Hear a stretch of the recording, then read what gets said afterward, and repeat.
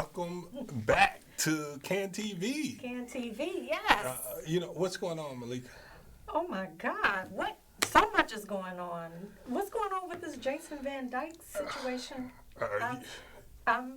We're already livid and pissed that he's released. You pissed? I'm pissed. You're pissed. I'm pissed. Well, this is Chicago Hill FDR Community Housing Foundation, where, it sounded like people were upset and, as you said, pissed because let's just lay it.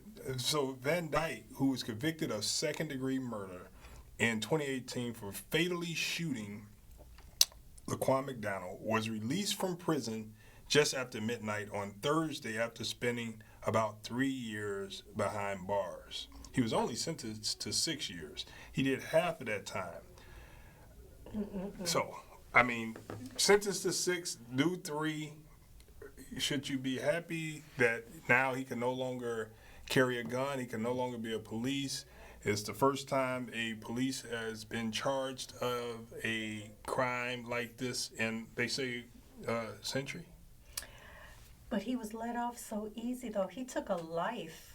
He took a soul, a young man's life, and all he got was 3. Well, he got 6 years, but he only served 3. So what is that saying? I know people who've spent more time in jail stealing batteries. Yeah.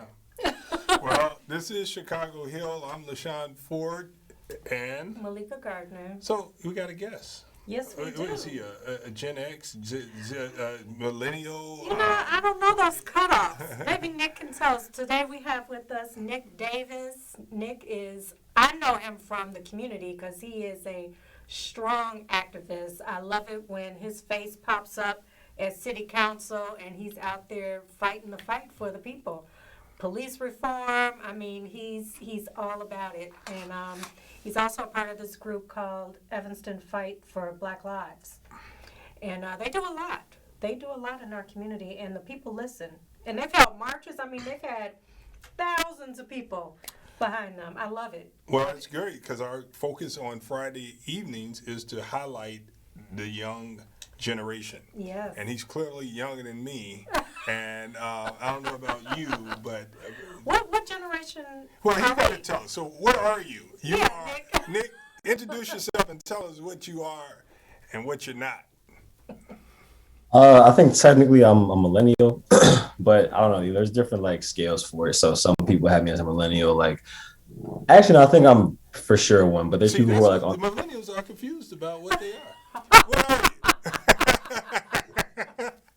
Millennials aren't into labels, though. Oh, that's true. So that's is that what it is, Nick? That might be what it is. But if you look at it, there's different standards. Some people have it cutting off at 99. Some people cut it off at 2000. I was born in 95, so either way, I'm in there. But there's some people who it just depends, Okay. Well, so wow. what do we have? Born in 95. You know what happened to me in 95? What happened to you in 95? I'm not telling you. But go right ahead. Let's bring them on. Let's go, Nick. Right. We're happy to have you. Yes, welcome to the show, Nick. Appreciate it. There's a little delay. I'm not sure if it's on my end or your end, but sorry if I cut anybody off. No, you're good. I know it's a delay, but we're happy to have you here. And each week we want to highlight the young generation because we know that there are some challenges for people your age and especially people that look like you. You have dark skin.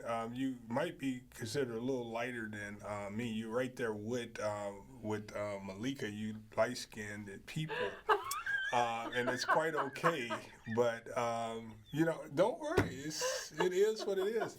I'm brown skin. I keep telling him. Brown skin, and we love it.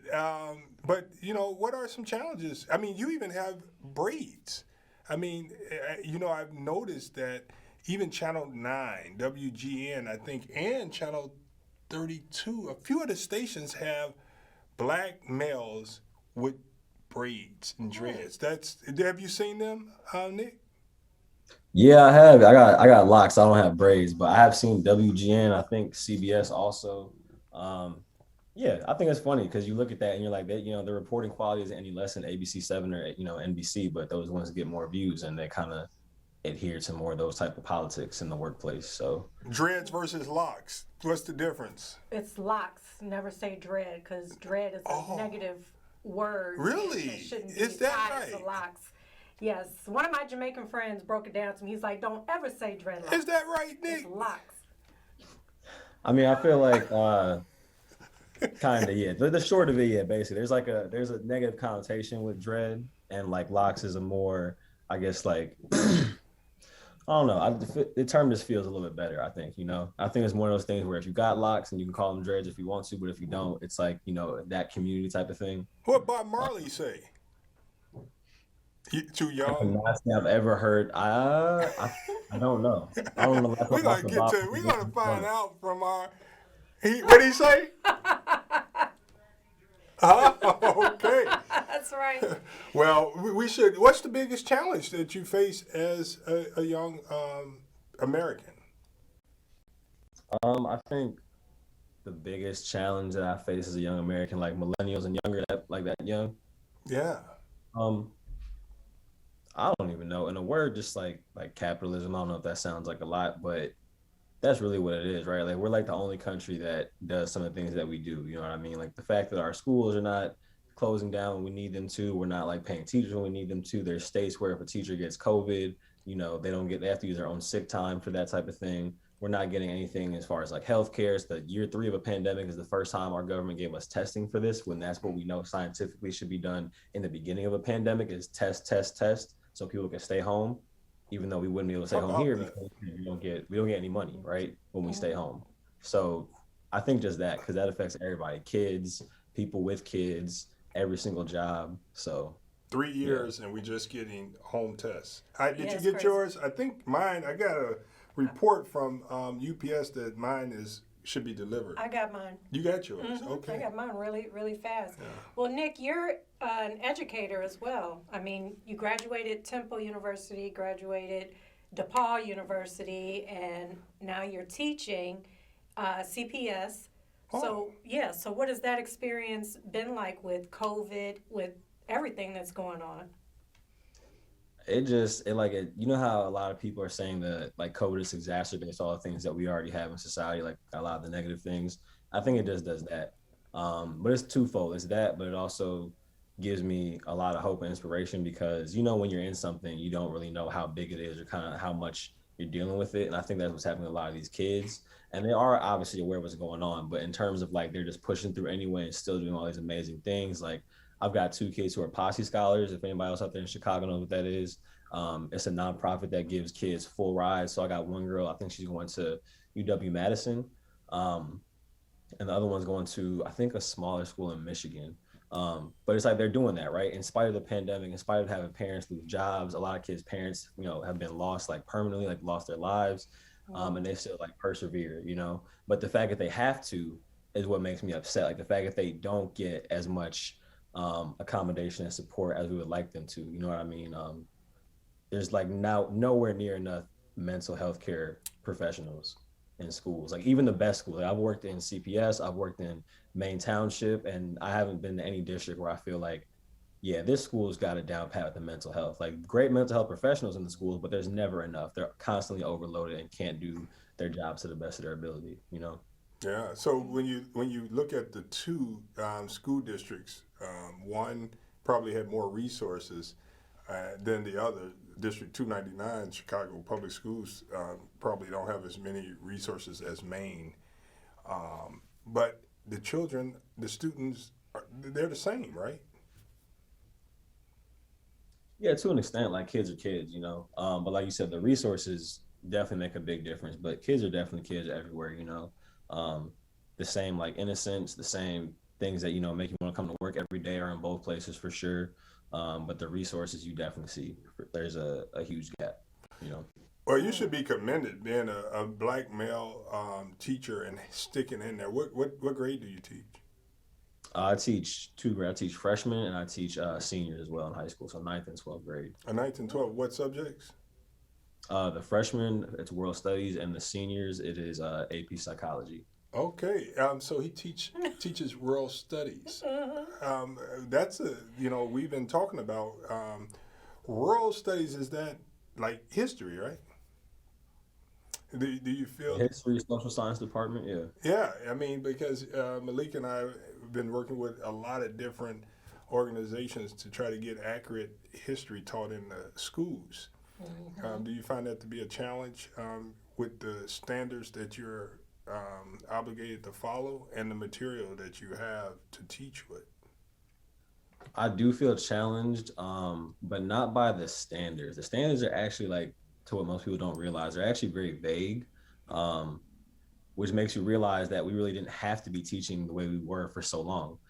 The problem is that like access to like thorough material that has been just as widely, peer reviewed and had all these processes to it for accurate history, there's nowhere near the amount of resources there are as like, the history you guys are talking about. So it's really not this. I mean, the standards, there are limitations to them, but I find a bigger challenge being access to material. A lot of this stuff, if you're teaching a lesson that, you'd be proud for your kid to come home and tell you they learned that day, a lot of times I don't want to say it's newer. It's definitely a newer lesson plan. It's something that's probably been created in the last 5-10 years, unless somebody's, adapted like college syllabi, things like that, or it's just somebody who's been doing this for a long time and really good at it. But like the standard stuff you'll see like state to state, no matter where you're at, suburbs, all that, it's difficult to have access to it. Interesting. Yeah. Well, this is Chicago Hill, and you could call in to express yourself about any youth that you have that you want to highlight tonight at 312-738-1060. But you got your undergrad in education. I got mine from Loyola, and I think I'm certified through K through 9. What you're obviously probably 6 through 12, or what are you? Yeah, I'm 6 to 12, but I got my undergrad. My BA is in criminal justice and a Spanish minor. I got my master's in education, so I didn't even know that's what I wanted to do until a couple of years ago, and I got that from DePaul. Um, but man, I wish we could have got a K-9 type of grade standard. I might have did that, and they just extended it to 6th grade. It was only going to be 9th to 12th grade, and then my second year of the program, they kind of changed some stuff up, so it made us a little bit more valuable in the job market. But K-9, that's nice. Yeah. Are you planning to continue teaching? Or are you looking for an exit? No, I'm not looking for an exit. I want to become good at it. Like teaching is by far the hardest I've ever done. Like I joke with my students, I'm like, if I'm about to have a kid, you just lost Mr. Davis because I can't be a good father and a good teacher. Like being a good teacher really takes a lot of effort, and I commend everybody who does what they do well in that profession. Um, I just don't, I think I can tell already right now, it's not something I could do for 10, 15, 20 years because we ask teachers to do so much, like the burnout is inevitable. Um, and it's like, it's not getting better. Like, when you come back from a break or a weekend, it's like, whoo-wee, that was a nice break. I'm ready to like get back at it. Like that attitude, I don't really see that from anybody in education. Like teachers, principals, kids, it's tough. It's like I feel like a lot of people in America and the world feel like that as well. It's just like every time I gotta leave my door, it's like, I gotta muster up all this, whatever I got left. Well, what makes it so tough? I mean, I remember being in a classroom and you have a multitude of personalities. You have to deal with the school district. You have to deal with all of the parents, all of the students. You have to deal with all of the challenges. So what makes it so difficult? After I just named all of them. I mean, you pick, man. Honestly, COVID is making it real difficult, and I think people are just tired of talking about COVID. So there's something that we just don't really think about. But recently, I started seeing this graphic going around social media saying like the last regular school year that each grade went through. So I told you I teach 9th and 12th grade, right? 9th graders, their last fully normal school year was 6th grade. 12th graders, their last fully normal school year was 9th grade, right? So while these kids are in these grades mentally and academically, and a lot of times socially, really every aspect of their life, like they're behind, right? Because they're spending a lot of that time not how you should, not able to interact with people how you should. And I'm not saying we shouldn't have been quarantining or being careful, but I'm just saying regardless of what we should or not, that's doing something to your psyche, right? All of us on some type of level, right? So, think about a 12-year-old's behavior or an 11-year-old's behavior versus a 14-year-old. Like that's kind of what we're dealing with. You know what I mean? Wow. And like I had a kid who's very self-aware. I think she's going to do just fine, but she's just like struggling a little bit in AP psychology. And the last test, like I asked them if they're going to do corrections to tell me like, besides what the actual answers are and stuff like that, like what do they think happened in their process of like studying? Was this unit just tougher than the last one? And she was like, my notes, I take them, but like I don't know what I'm doing. And I was like, all right, let's have a conversation about it. And she was like, yeah, because freshman year they were like kind of teaching us how to take notes, and then they went remote, and then we stopped taking notes because everything was just like there for us. So this kid has literally never learned how to do that, like a skill that we all think is basic that you don't even have to really go to college for. You know, you can be like an administrative assistant and take notes in a meeting. That's something you should be able to do, right? But they weren't taught that. And it's like you've got everything else to catch up and do, but you know, all these standardized tests they still gotta take, but like kids can't take notes. And it's not their fault. They're smart kids too. It's just literally they've never had like that sequence, like being taught that thing. And if they were, they'd be great. And once they do learn and we do have that conversation, like those little lessons, like then they're good. But it takes a lot to realize that and to not get frustrated by that too. Wow. So what do you think should be the priority of the state and the school districts? I mean, should we extend the school year? Remember, that's you, teacher, that would have to extend the school year and be in school over the summer. Is that something that will help? I mean, I think, yeah, but not how you're thinking it. Like, there's a lot of countries that do, and a couple of places in America that do all year round school. So there's obviously a point in time where it's like you now matriculate to the next grade or whatever. But for the most part, excuse me, you're in school all year round. You have like a month off here, a month off there, right? So you have a lot more breaks in between. And that's shown to be more effective. Even if we didn't do that, I think what the state and the country needs to do is just you need to put more money into education. You know, like a lot of cities got billions of dollars during COVID for COVID relief funds, but we're still having all these problems in school. Like every major city and even a lot of suburban cities, you see the discrepancy between schools that are in cities versus suburbs, all black versus all white. And it's like, how are we getting more money, but those problems are still happening, right? And it's because we keep on doing the same things, giving money to police departments over, you know, schools, giving to them over social services, health departments, you know what I mean? Like, again, why is it taking so long for people to get masks? Why is it taking so long? Or I'm sorry, we didn't even get masks yet. Why is it taking so long for us to get tests? Why aren't we giving out masks? Why do we have multiple different times throughout the pandemic where hospitals ran out of rooms, ventilators, turning lobbies into ICUs? Like we've been doing this for 3 years now, and we're having the same issues. You know what I mean? So Right, just the money.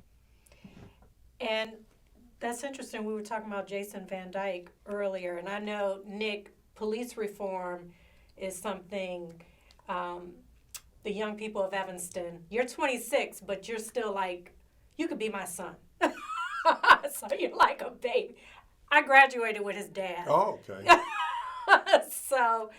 So, Nick, what are your thoughts on the Jason Van Dyke situation, police reform? You just mentioned that a lot of the funding has gone to the police departments as opposed to going to where some other much urgent situations need.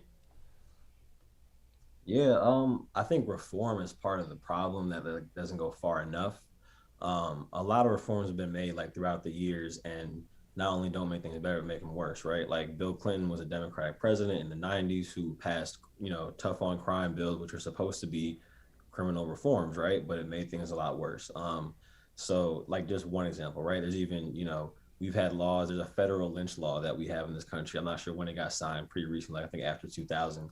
And there's a black woman who's an activist, like a real activist. Now, I'm not a real activist. I know you called me that, and I appreciate that, but that ain't me. I don't risk enough to be called that. But a real activist in California, a black woman, was charged and convicted of felony lynching, right? Like a law that's supposed to be protecting us, black people, with the history of being lynched, you know, ironically for stuff like speaking out against the police, right? But it gets flipped on us. So I think we need to get less into reform, more into like abolition, which is like a scary word for people. But most people, when you talk about like the actual concepts of it with them, they have a lot of abolitionist tendencies and beliefs already. They just don't know it, or they wouldn't call it that because we've kind of like almost like McCarthyism to that word. It's like communism. Like you don't want to hear that. It's like, oh, whoa, what? But like, especially the kids, like when you talk about it, people have those views already. They feel like we should be more communal than individualistic. They feel like we should be getting money for things like a pandemic. We should be getting money to stay home during the pandemic. We should have free healthcare, right? All these things that people agree, they're not a bad thing, right? Especially when you look at it at just the most basic level, and the fact that it's not really free. It's coming from our tax money that we already pay them at just as high and exorbitant rates as other places that do give their people these things. So I think it's kind of just all about like your mindset and like framing it that way, and also like realizing what's already happened and it's not working, you know. which is hard to admit because people like fight for these things and they sacrifice a lot for them to happen. But unfortunately, they just don't pan out the way that we would hope for, you know?